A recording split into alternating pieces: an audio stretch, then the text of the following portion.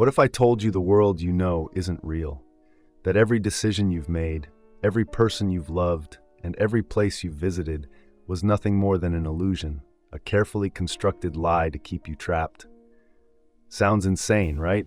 Keep watching. By the end of this story, you might start questioning everything. Life feels pretty ordinary most of the time. You wake up, go to work or school, maybe hang out with friends and go to bed, only to do it all over again. But what if the routines, the people, and even the sky above were part of a larger system designed to keep you from seeing the truth? Tonight, I'm going to tell you about a man named Elliot, a man who thought he lived a normal life until he started noticing glitches.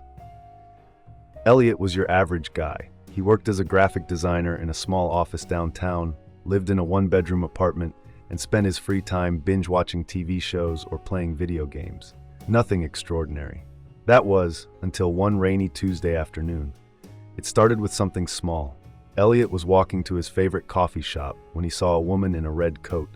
She was standing at the corner waiting for the light to change. Nothing weird about that, except that he had seen the exact same woman wearing the exact same coat, standing in the exact same spot, 2 days in a row.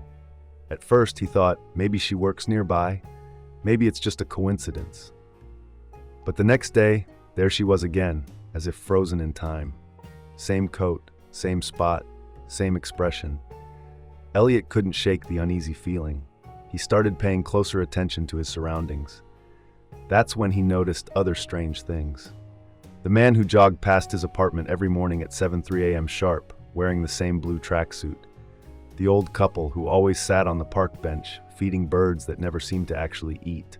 Even the barista at his coffee shop, who said the same thing every single day without fail. "Morning, Elliot. Large latte, right?"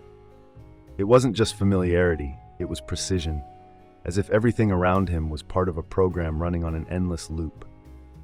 One night, desperate for answers, Elliot decided to test his theory.